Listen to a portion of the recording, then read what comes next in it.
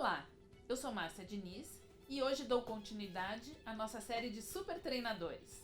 Nosso convidado de hoje é um profissional com muita experiência no basquete, que já foi jogador, mas se realizou mesmo na função de técnico. Estou aqui com César Guidetti.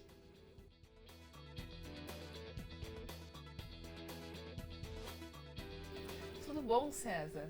Tudo bem. Prazer ter você aqui, viu? Eu que agradeço pelo convite. Ô César, eu acho que seria legal a gente começar a falar do começo, né? Para as pessoas que estão assistindo a gente entenderem um pouquinho o teu trabalho de base mesmo, né? Você é técnico, supervisor lá do Clube Pinheiros, né? De basquete, é auxiliar técnico da seleção brasileira. Né? Mas conta um pouquinho como que você começou lá no clube e esse trabalho que você desenvolveu nesses anos todos. Então, eu completei em 2019 10 anos de Pinheiros. Entrei como auxiliar técnico da equipe profissional, aí fiquei 5 anos como auxiliar e agora 5 anos como o treinador da equipe adulta. Né? E tem um antes disso, né, que são, acho que mais 15 anos de trabalho com as categorias de base. Então, o meu trabalho ele vem muito da base, da formação. Então, sempre trabalhei muito com crianças, adolescentes, em vários níveis, né, nível escolar, nível universitário, competitivo, né, na base. E esse tempo, essas experiências que eu tive, foi me dando, né, essa condição de um dia chegar a trabalhar com equipes profissionais. Então, mais ou menos assim que foi a minha história. Muito trabalho na base, formação de atletas. Você é ex-jogador, né? Eu joguei basquete. Eu comecei muito novo, com 8 para 9 anos de idade. E joguei todas as categorias, até o profissional. Joguei 4 anos no profissional, mas chega um momento que a gente tem que fazer algumas escolhas e também ver o que as oportunidades, né, que surgem na nossa vida, a gente tem que também ter essa leitura, né?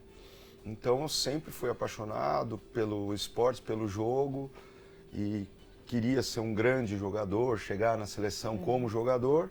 Mas vai chegando o momento que você vai fazendo uma autoavaliação e no meu caso, né, eu percebi que dificilmente eu chegaria no nível de jogador que eu imaginava ser. Que idade você tinha? Eu tinha 23 para 24. Eu estava terminando a faculdade de educação física e já trabalhava como treinador. Então, quando eu entrei na faculdade, eu já sabia que eu queria ser técnico de basquete. Então, no primeiro semestre do curso, eu já arrumei estágios, comecei a dar aulas, tudo que aparecia a gente pegava, né, para ter experiência. Então, quando eu estava no final do curso, eu já estava com muito mais oportunidades para seguir uma carreira de treinador, as portas se abrindo muito, do que como jogador. Sim.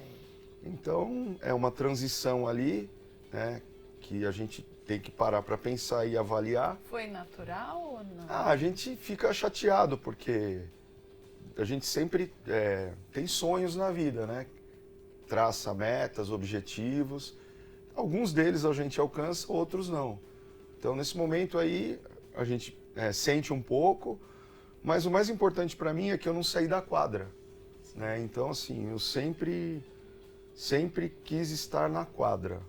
Né? Então, não foi como jogador, mas como treinador eu acabei realizando todos esses sonhos que eu tinha como jogador. Né? Você sabe o que você estava falando agora? Eu estava me identificando um pouco. Porque eu, como atleta, eu comecei tarde também. Eu nunca tive um estímulo da família e sempre foi por vontade própria. Não tinha nenhum exemplo na família também, nada. E começando tarde, você tem menos oportunidades e você não tendo o caminho trilhado já, né, fica mais difícil. Mas dentro do que eu imaginei, né, para mim, assim, eu alcancei até muito mais, mas trilhei vários esportes, né? Fiquei do triatlo, corrida de aventura, natação, etc. Mas não cheguei lá, quer dizer, o meu sonho era chegar lá também, mas começando tarde eu já imaginava que aquilo seria muito difícil. Então hoje eu me realizo muito, não como treinadora, mas com o meu trabalho também de preparação mental, de treinamento mental. Então parece que tudo aquilo que eu sempre imaginei eu consigo realizar para os outros, né? Isso é muito legal, né? Acho que no seu caso e no meu, a gente conseguiu canalizar para a mesma área praticamente, né? Um sonho que a gente sabe que é muito difícil, né? Vai afunilando o esporte profissional e poucos chegam ali, né? No topo da pirâmide, né? Na reta final. E quando a gente consegue, no nosso caso, transferir para uma área de atuação dentro disso que a gente praticava, eu acredito que a realização seja a mesma. A mesma. Eu me sinto totalmente realizada. Exato, eu também. É como se fosse eu. Sim, né? Eu me vejo isso aí. naquela situação.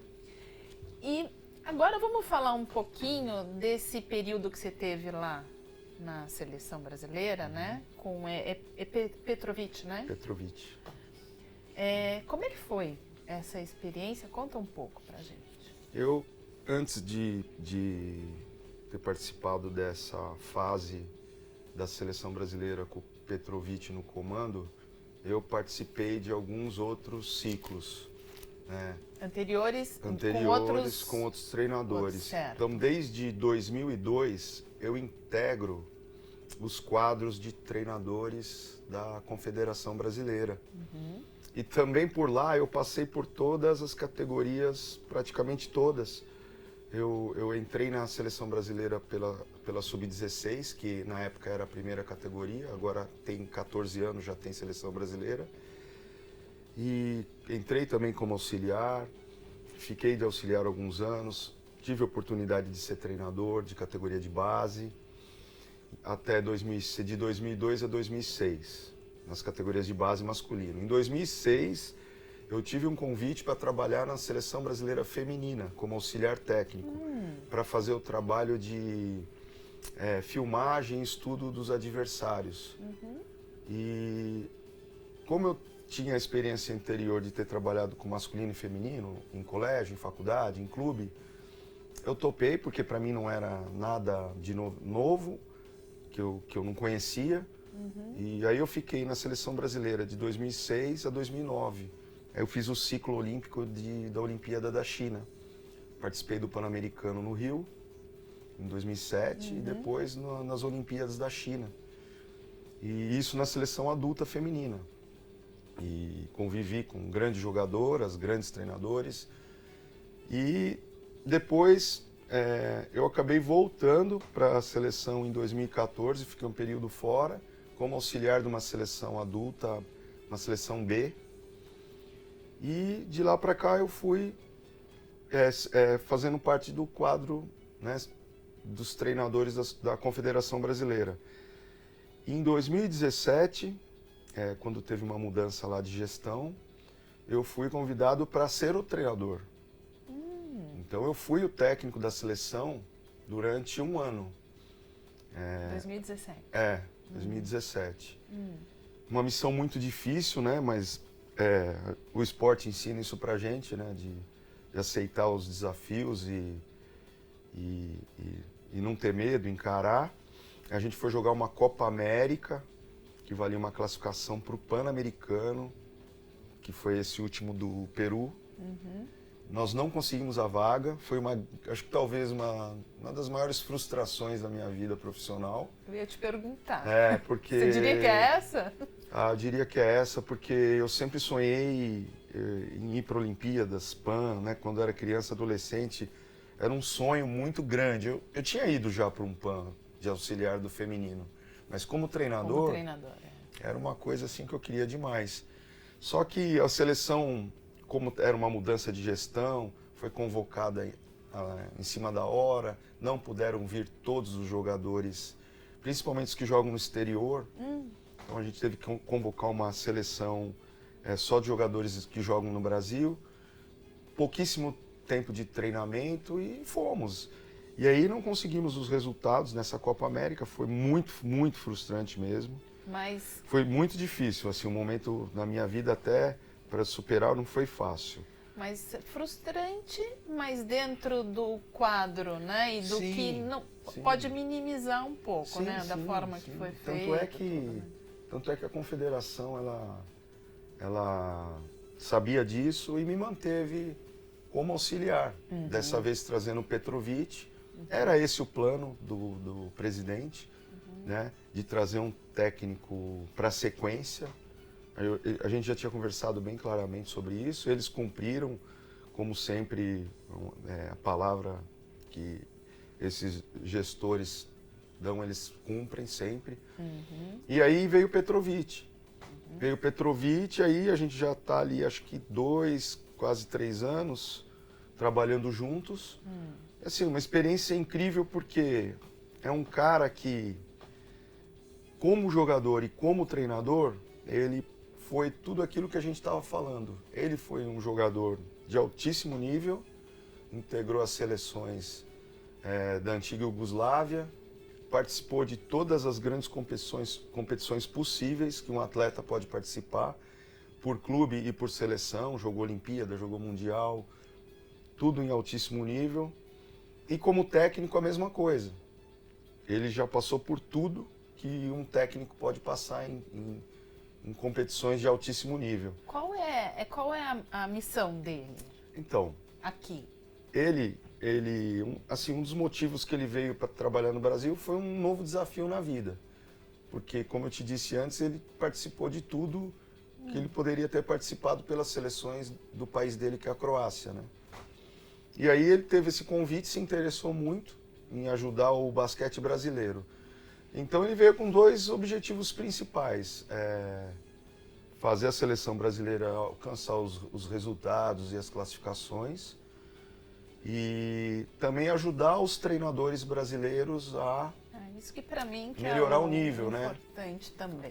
Então ele não foi só contratado para dar treino, ir lá para o campeonato e conseguir os resultados. E depois ir embora, né? E não ficar nada, ficar o vazio, isso. né? Então ele faz muita questão de conversar com a gente, de passar a experiência dele para a gente,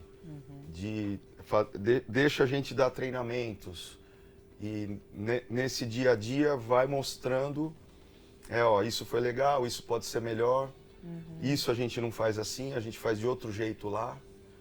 E alguns conceitos, né, que eles têm, que o basquete, né, da antiga Iugoslávia, juntamente com o americano e o da antiga União Soviética, sempre foram os mais fortes do mundo, as escolas mais fortes, consideradas, né? Agora a Espanha, já faz algum tempo que está nesse hall aí dos melhores, a Argentina, nossa vizinha, que acabou de ser vice-campeã mundial. Mas assim, sempre foi a Iugoslávia uma das principais escolas de basquete do mundo, né? E ele está trazendo para a gente esse conhecimento, sabe? E as pessoas perguntam para mim, mas como é que é o trabalho dele? Na verdade, não tem muitas coisas diferentes, é a maneira de fazer, né? E a maneira de lidar com o grupo. É isso que me interessou quando você comentou comigo, né? Que eu acho que, e eu estava conversando com outros treinadores, o que diferencia, né? Eu acho que um técnico de um super treinador, como eu chamo, aquele que faz campeões de verdade, transforma atletas, é isso, né? Como você lidar com as pessoas, como você entender as pessoas e tirar o melhor de cada um. Você viu isso nele, assim? Sem dúvida, porque durante essa minha trajetória, que eu trabalhei muito com categorias de base, e quando eu migrei para o profissional, que você aí vai lidar com adultos, com pessoas já formadas, com pais de família e jogadores muito bem-sucedidos financeiramente. Eu costumo dizer que o conhecimento, ele deixa de ser o mais importante, o conhecimento técnico. Claro que a gente tem que todo dia estar atualizando na área técnica, mas não é isso que determina, na minha opinião, o sucesso de um treinador de alto nível. Então, o mais importante para mim é a capacidade dessa pessoa, desse treinador, de se relacionar com os seus comandados e com sua comissão técnica. Né? Porque a comissão, todos têm que estar motivados, todos têm que acreditar no que é falado. Todos têm que falar na mesma língua. E ao mesmo tempo, o treinador também tem que saber a hora de recuar um pouco, ou de avançar um pouco, de escutar mais, de escutar menos. E ele faz isso com maestria. Né? Ele consegue, eu falo, é fácil você às vezes dar uma ordem para um jovem de 15 anos, vai lá e faz isso. E ele vai meio receoso porque ele fala, pô, se eu não fizer eu vou sair do jogo, ou algo do tipo. E você convencer um atleta renomado, por exemplo, que já jogou na NBA, né, que é o maior campeonato do mundo hoje, a ele fazer o que você está pedindo para ele. Né? Então, isso que eu vejo nele lá. Ele, com a condição de relacionamento que ele tem com as pessoas, ele consegue fazer com que os jogadores façam o seu máximo dentro dos treinos e dos jogos. Né? E isso, para mim, é o mais difícil, é um dos meus maiores desafios hoje, profissionalmente. O que é alguma coisa particular que você esteja usando hoje lá no Pinheiros, alguma coisa em específico, assim? Você fala, não, isso aqui é muito legal que ele faz, ou antes de um jogo, ou depois de um treino, alguma coisa. Eu vou começar a implementar isso lá com a equipe. Tem alguma coisa assim? Tem algumas coisas que ele faz que eu acabei comparando com o que eu fazia numa situação igual, parecida. Que a gente chama de benchmarking, né? Quer dizer, vamos usar o que é bom e vamos adaptar do nosso jeitinho, né? Acho que a questão do vestiário, né, que é uma coisa muito importante nas equipes, nos esportes coletivos, né? A questão do vestiário, o ambiente do vestiário que ele cria. Eu sempre me preocupei muito com isso. E assim, parecido com o que eu acredito, mas a simplicidade que ele faz, né?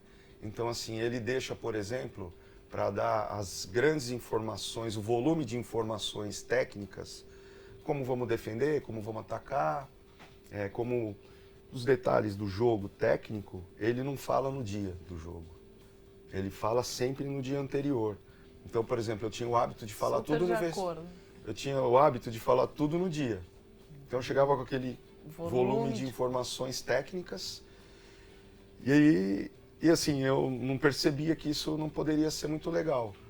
E quando eu vi ele fazendo, ele sempre fala, ó, eu quero que vocês passem tudo para eles até um dia antes. E no dia do jogo, ele só entra... Motivacional. Isso. Motivacional. Aí ele fala no máximo 5 minutos, não passa disso. Palavras de motivação, dá aquela acordada no pessoal. Autoconfiança. Da maneira dele. E vamos pro jogo. Só que fica legal porque, além de o jogador, ele pode fazer a preparação dele para o jogo individual, ele tem um tempo muito bom para isso, que eu acho importante. E o ambiente do vestiário que ele deixa também, que eu gosto bastante, assim, não se fala de outra coisa dentro do vestiário a não ser do jogo, que nós vamos ter um jogo daqui a alguns minutos. Então ele tem esse lado de disciplinador, ele não quer ninguém falando de outra coisa ou brincando muito, ele quer o time focado e concentrado. Aí depois que a gente sai do vestiário, eles têm um momento deles lá sozinhos, que eles cantam, que eles brincam, que é o momento deles que é legal. Então essas coisinhas que eu fui, assim, no dia do jogo, pouca informação, pouca fala e deixa eles se focarem. Deixa fluir. Deixa fluir. Deixa fluir. Esse é um dos detalhes, entre outros, que eu gosto, além da parte técnica também, que ele fala algumas coisas que os croatas e jugoslavos têm como algumas máximas para eles em treinamentos, alguns trabalhos que a gente faz aqui, mas que para eles são, como fala, regulares, eles fazem sempre. Os pilares. Os pilares. E outras coisas também, né? Fora de quadra também, porque a gente fica muito tempo convivendo juntos, né? Então, por exemplo, agora para o Mundial, acredito que a gente ficou 50 dias na preparação. Então, é todo dia, aquela rotina. Cria um desgaste. Como cria no clube também, que é uma temporada inteira juntos. Então, ele sabe, às vezes, quebrar o ambiente, quebrar o clima, sabe? Dar uma descontraída. E aí também é o contrário, quando a coisa está soltando muito, ele sabe dar uma dura e maestro, colocar o pé. Né? Ele está ali para coordenar tudo. Sem dúvida. E me diz uma coisa, falando aí da seleção, então, como é que está essa questão do pré-olímpico? Como que está a situação do Brasil hoje? Como que vai ser?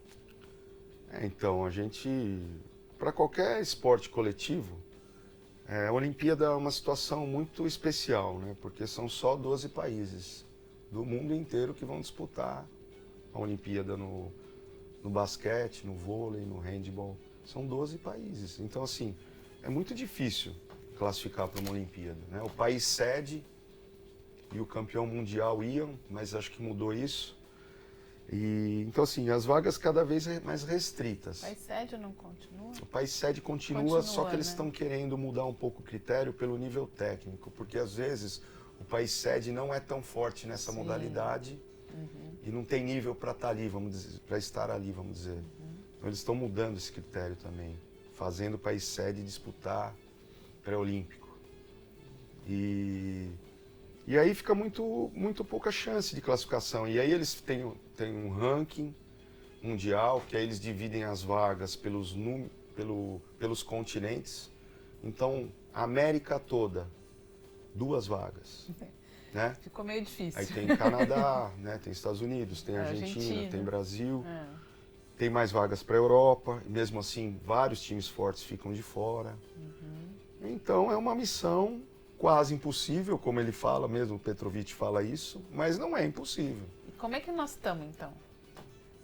Todo mundo chega numa igualdade de condições, só que assim, você praticamente não pode errar. Vai ser? Onde vai ser? Vai ser na terra dele, na Croácia, em junho. Junho? Junho, próximo da Olimpíada, Já? porque quem classifica já vai para o Japão. Vai direto. pro Japão. Porque, por isso que eles fazem perto. Por isso. Dali você já viaja para o Japão. E aí...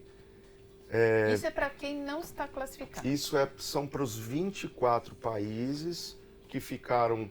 Sobraram 6 vagas, 4 vagas. São 4 chaves com 6 países.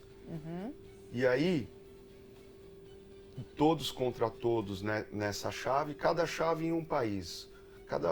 Quem quis organizar, se candidatou, alguns países conseguiram isso. O nosso vai ser na Croácia, 6 países em cada chave, 24 seleções. Isso já se sabe contra quem? Já. Tudo, Aí, né? 6 times, vamos jogar 5 jogos, um jogo cada uma desses times. Só o primeiro de cada chave vai para o Japão. Então, assim, o direito a erro é mínimo, né? A não ser que todos errem um pouquinho e fique ali com 2, 3 derrotas, dê um empate de quantidade de vitórias e derrotas, e aí desempate por saldo de cestas, por confrontos. Então, a coisa pode ser assim, um time que se destaque muito e ganhe tudo, ou um equilíbrio muito grande, que um ganhe do outro e chegue ali com 5 jogos, por exemplo, 3 vitórias, 2 derrotas, dá um empate entre 3 seleções e você consegue classificar. E como é que você vê essa chave do Brasil? Todas chaves dificílimas. Vai depender muito do momento que cada time vai chegar lá, porque é um torneio de tiro curto, né, que a gente fala no esporte. Então, a preparação vai ser fundamental, né, para a gente chegar lá no melhor momento de todos os jogadores da equipe. como que vai ser feita essa preparação? Então, antes dessa preparação, a gente tem algumas reuniões antes para disputas de classificatórias para outras competições, que no caso é classificatória para a Copa América. Então agora em fevereiro tem uma seleção, já está convocada, a gente vai jogar 2 jogos com o Uruguai, aqui e lá. Então, amistoso? Não. Já valendo. Classificatório para outro torneio, para a Copa América, que é no ano que vem. Sei. Então a FIBA, ela mudou o calendário das seleções.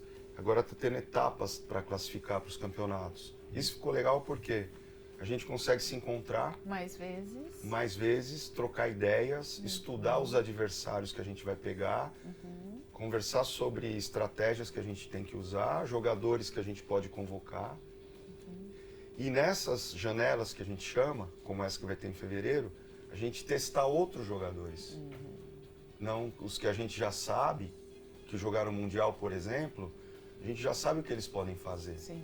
Então a gente aumenta o leque de jogadores convocáveis e, se for o caso, alguns deles tiverem um desempenho muito bom, entrarem nesse grupo principal que vai jogar o pré-olímpico. Né? Então essas janelas que a gente vai conversar da preparação. E a outra grande vantagem de ter o Petrovic como treinador, nós vamos jogar contra países europeus que ele conhece assim muitíssimo. Os jogadores, os técnicos, a forma que eles jogam, o que eles gostam de fazer, o que eles não gostam de fazer. Nós tivemos exemplo no Mundial. Foi talvez o resultado mais expressivo do Brasil nos últimos tempos. Ganhar da seleção grega, né, que tem um jogador lá que é conhecido como um dos melhores jogadores do mundo. Que joga na NBA. O Antetokounmpo. E ele tinha uma estratégia para neutralizar as ações dele. Ele sabe o que o técnico queria fazer. Então, assim, ele conhece a fundo o basquete europeu.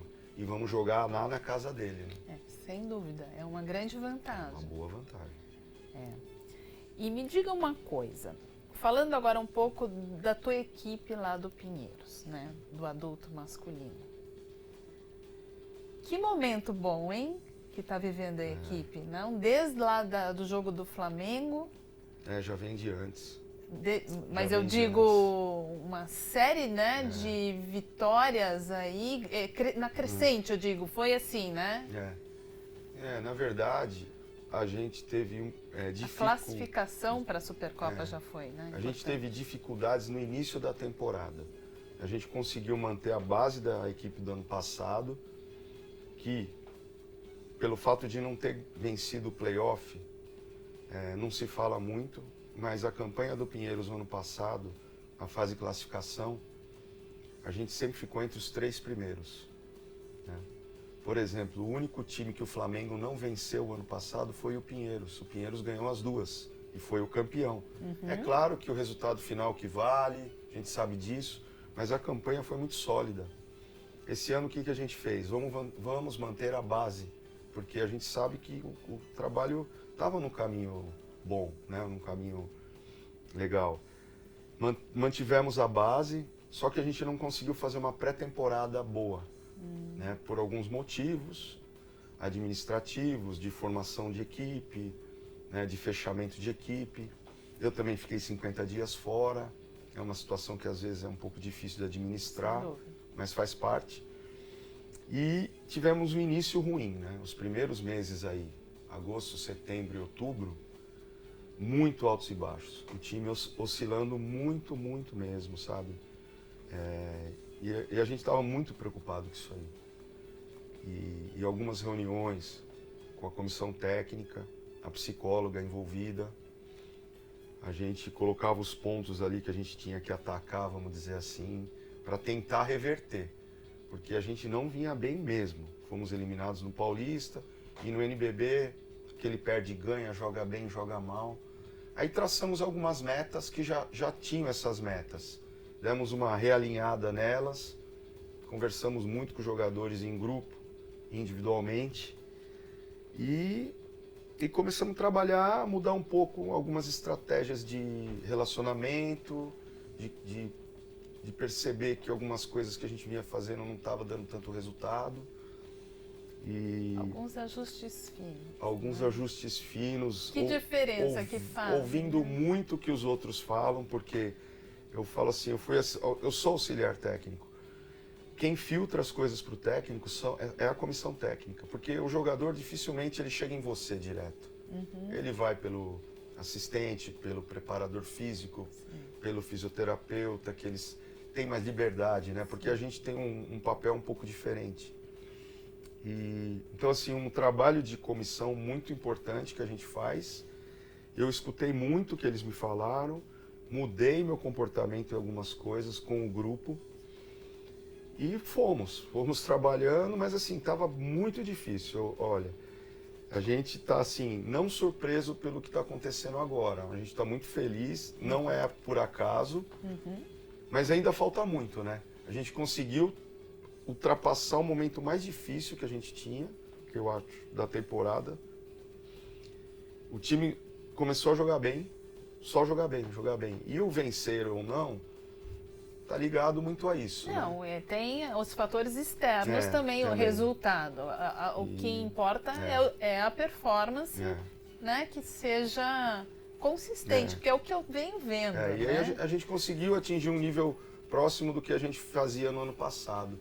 E para mim o mais importante que a gente não fazia a temporada passada é saber ganhar jogos. Porque às vezes você Os joga... jogos vêm sendo apertados. Você joga bem, mas no final você não toma a decisão certa, perde de um ponto, né? Que o basquete é cruel, né? Às vezes você joga um partidaço e por uma besteira, uma desatenção, você perde um jogo que era para ser seu. E esse ano não, esse ano a gente está sabendo fazer isso, né? O último jogo foi um exemplo, né? O que mudou que está sabendo fazer isso? Eu acho que o amadurecimento de todos. Isso. E, como eu te disse, a manutenção da equipe, porque você passa por N situações. Quando você continua junto com essas pessoas, você conversa com elas sobre o que aconteceu, quando acontece de novo, você já age diferente para superar aquele momento. Então tem todo um aprendizado Sem aí dúvida, também, sem dúvida, né? sem dúvida. E como dá certo? Dá né? certo. Como dá certo? Parece uma coisa assim, como que eu posso dizer, meio mágica, né? Porque certos jogos, você, como o jogo passado, nem o mais otimista achou que a gente ia vencer. 4 pontos atrás, 15 segundos para acabar. Totalmente. E aí a gente foi aonde dava para ir, se apegou em alguns pontos ali de estratégia que deram certíssimo. A estratégia tá ok, mas a estratégia só funciona com a confiança, né? Com a confiança. Porque a estratégia no papel é ótimo, né? Agora, vai executar aquilo só se você tiver naquele momento com a autoestima e com a confiança lá em cima para dar certo, né? E o jogador sabendo do seu papel dentro do jogo, do time naquela hora, ter a humildade para aceitar e fazer.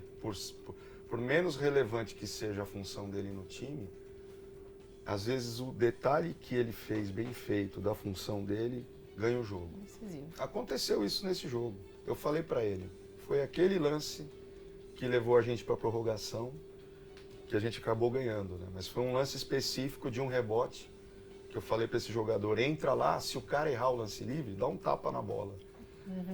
Ele deu um tapa na bola, caiu na mão do Chris Ware, né? E o Chris Ware acertou e a gente empatou o jogo ali. E muita gente não vê isso, né? Vê o cara que foi o cestinha, né? o protagonista, mas sem o papel secundário, vamos dizer, dos coadjuvantes do jogo bem feito, nunca o protagonista vai ter o êxito da vitória, né? Concordo com você, mas esse papel, né, de mostrar a importância de cada um, né, dentro da equipe e num lance como esse, é do treinador, né? É do treinador, realmente. Esperar um reconhecimento de mídia ou de um público mais leigo e externo. Por isso o pessoal vê os números finais e justamente isso, quem fez mais cestinha e tudo mais. Mas essa questão do treinador de valorizar, né, a ação, né, e o que fez corretamente, que levou à vitória, você trabalha com recompensa? Hoje não. Não? Hoje não. Recompensas, alguma coisa que você saiba que o jogador gosta, seja até de comida ou de qualquer coisa que não come normalmente, não sei, com qualquer coisa assim. Não é uma coisa assim planejada. Às vezes, no momento, a gente tem alguma ideia nesse sentido e faz, mas não é uma coisa planificada, vamos dizer. Mas o legal que acontece lá também algumas coisas muito partem deles. Então eles mesmo têm feito isso. Não, eu digo assim, depois do jogo, se a gente ganhar, nós vamos comer, sei lá, alguma coisa assim. Não, isso não. É mais assim, depois que acontece, a gente não promete nada. Depois que acontece, surge alguma ideia. Dá para fazer? Sim. Aí faz. Mas a gente não cria expectativa. Certo. De eles fazerem em função de uma recompensa, por exemplo, de ter uma motivação a mais. Não, a recompensa ela existe depois do feito, não como promessa do feito, né? Por exemplo, agora no NBB, eles toda semana elegem o jogador da semana. Eu vi. E eles criaram um hábito de quando tiver algum jogador nosso, ou na seleção da semana, no quinteto, ou o melhor da semana, que foi o caso agora 2 semanas seguidas. Foi, do Betinho, né? O jogador que foi eleito, ele leva 2 bolos. Super. Então, isso já é o que eu estou te falando. Aí ele agradece à equipe. Muito e sem bacana. a equipe ele não chegaria a ser o melhor da semana.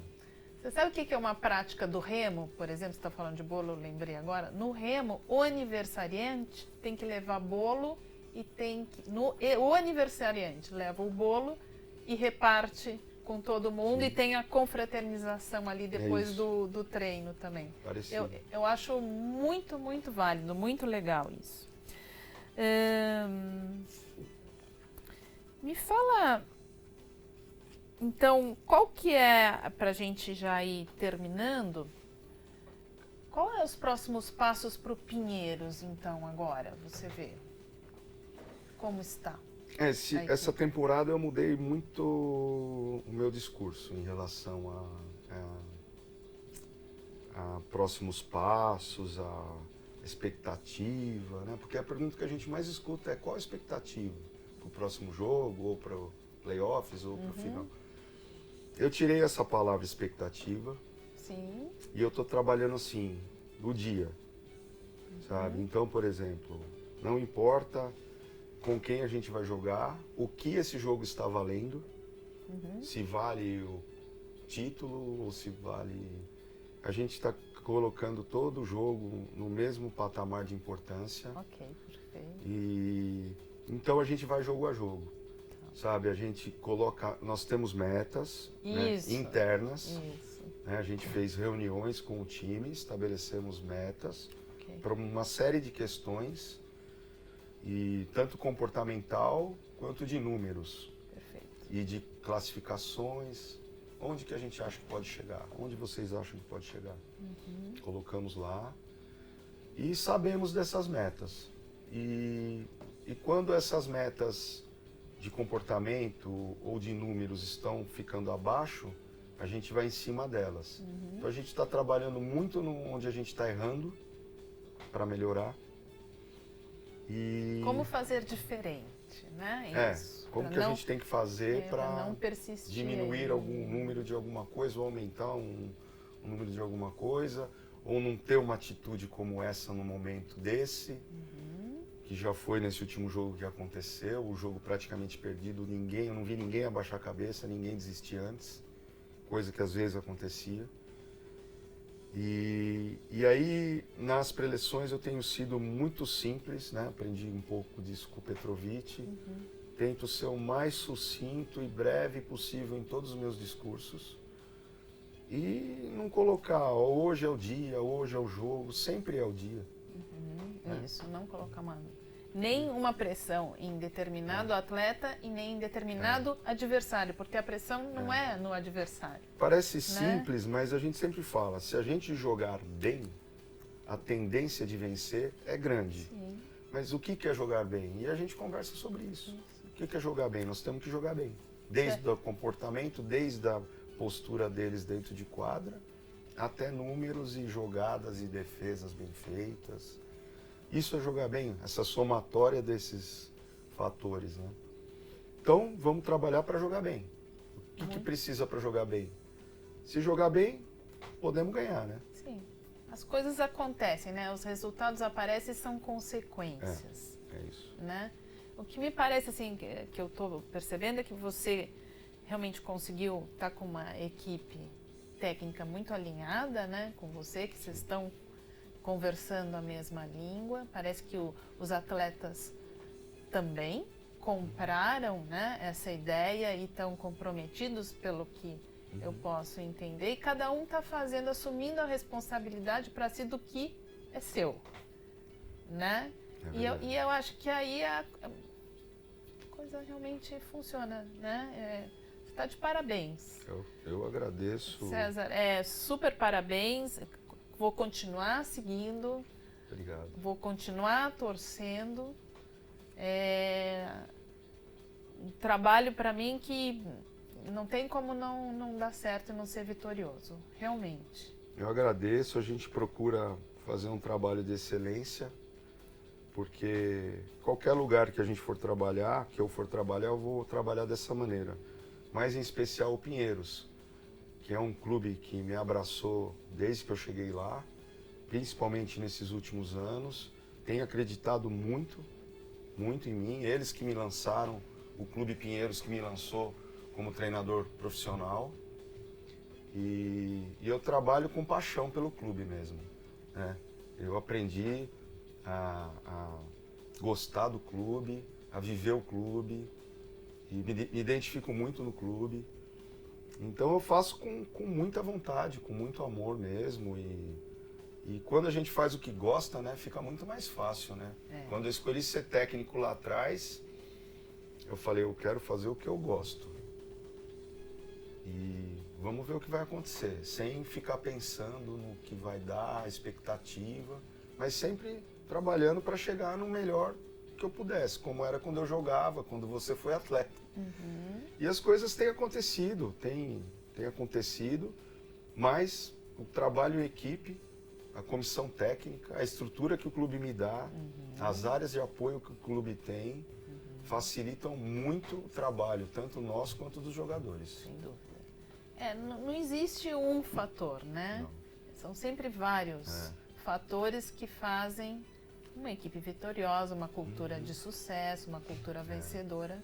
E eu agradeço bastante a oportunidade que você me deu de poder falar sobre isso, né?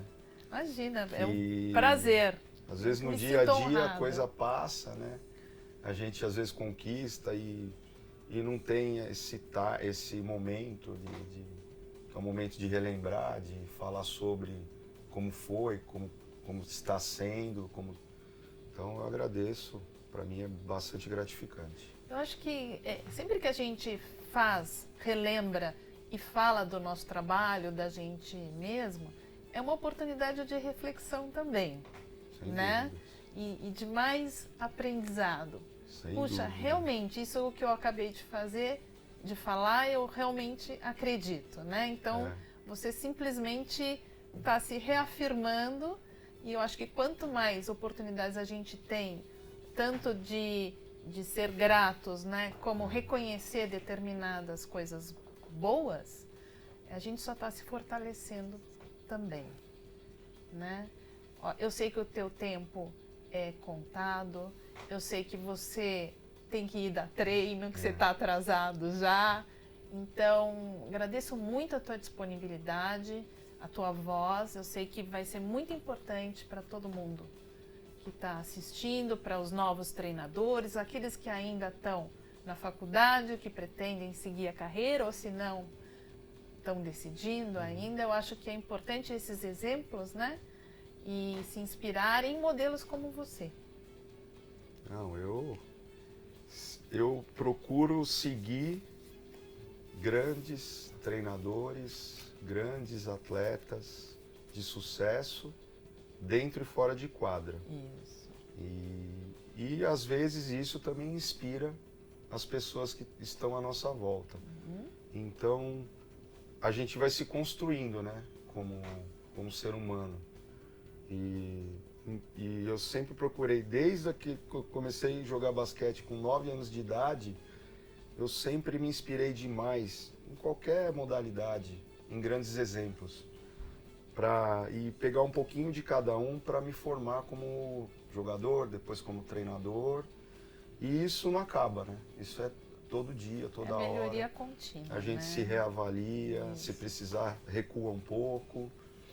E é um processo sem fim, né? Eu vejo que essa sua abertura, né, tanto com os jogadores como a comissão, seu poder de avaliação, de observação, de poder implementar o que você aprendeu e trazer para o teu trabalho, isso só vai te enriquecendo cada vez mais, né? E te trazendo mais coisa boa, com certeza. É verdade. Bom, chegamos ao fim de mais esse episódio da série Super Treinadores e fiquei muito feliz de ter o César aqui comigo e conosco. Muito obrigada pelo tempo e pelas respostas, que tenho certeza que vão inspirar muita gente. E antes de terminar, vai um recado. Se você é técnico ou treinador esportivo e quer conhecer a mentalidade Mind to Top, treinamento mental e alta performance, clique aqui no link abaixo. Tem muito conteúdo bacana e gratuito para você. Até breve!